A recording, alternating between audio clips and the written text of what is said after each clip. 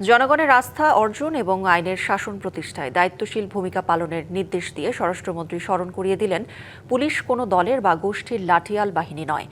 সকালে রাজশাহীর সারদায় নবীন অফিসারদের প্রশিক্ষণ সমাপনী কুচকাওয়াজে তিনি আরও বলেন, ফ্যাসিবাদী হাসিনা সরকার আমলে অন্যান্য প্রতিষ্ঠানের মতো পুলিশ বাহিনীও ক্ষতিগ্রস্ত হয়েছে।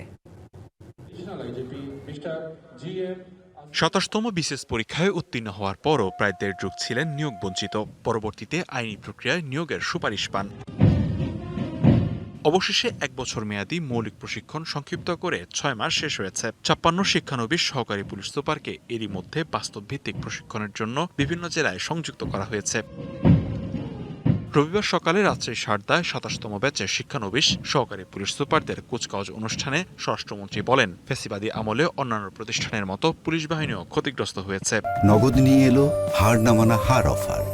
সর্বনিম্ন ১০,০০০ টাকা রেমিটেন্স নগদে পাঠালে থাকছে স্বর্ণের হার জেতার সুযোগ। আইনের শাসন প্রতিষ্ঠায় পুলিশ বাহিনীর ভূমিকা অগ্রগণ্য। বিগত ফ্যাসিবাদী সরকারের আমলে অন্যান্য সকল প্রতিষ্ঠানের ন্যায় পুলিশ বাহিনীও ক্ষতিগ্রস্ত হয়েছে। দুর্নীতির বিরুদ্ধে শূন্য সহনশীলতার নীতি অনুসরণ করার নির্দেশ দিয়ে সেবাগ্রহীতা যেন কোনো রকম হয়রানির শিকার না হয় সেদিকে লক্ষ্য রাখার আহ্বান জানান মন্ত্রী। পুলিশ কোনো বিশেষ দলের বা গোষ্ঠীর লাঠিয়াল বাহিনী নয়, বরং পুলিশ হবে জনগণের কৃত্রিম বন্ধু। সেবা নিতে এসে কেউ যেন কোনো বৈষম্যের শিকার না হয় সেই বিষয়ে আপনাদের সচেষ্ট থাকতে হবে। বর্তমান সরকারের প্রধান অগ্রাধিকার হচ্ছে আইন শৃঙ্খলা পরিস্থিতি নিয়ন্ত্রণের মাধ্যমে জনমনে স্বস্তি প্রদান ও শান্তি প্রতিষ্ঠা করা।